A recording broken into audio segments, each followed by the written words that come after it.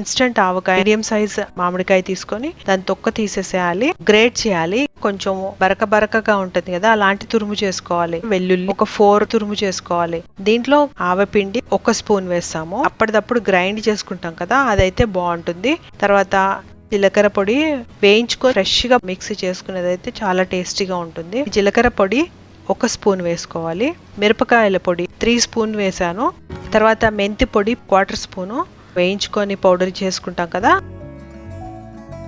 ఇంగువ ఒక 1/2 స్పూన్ వేసుకోవచ్చు.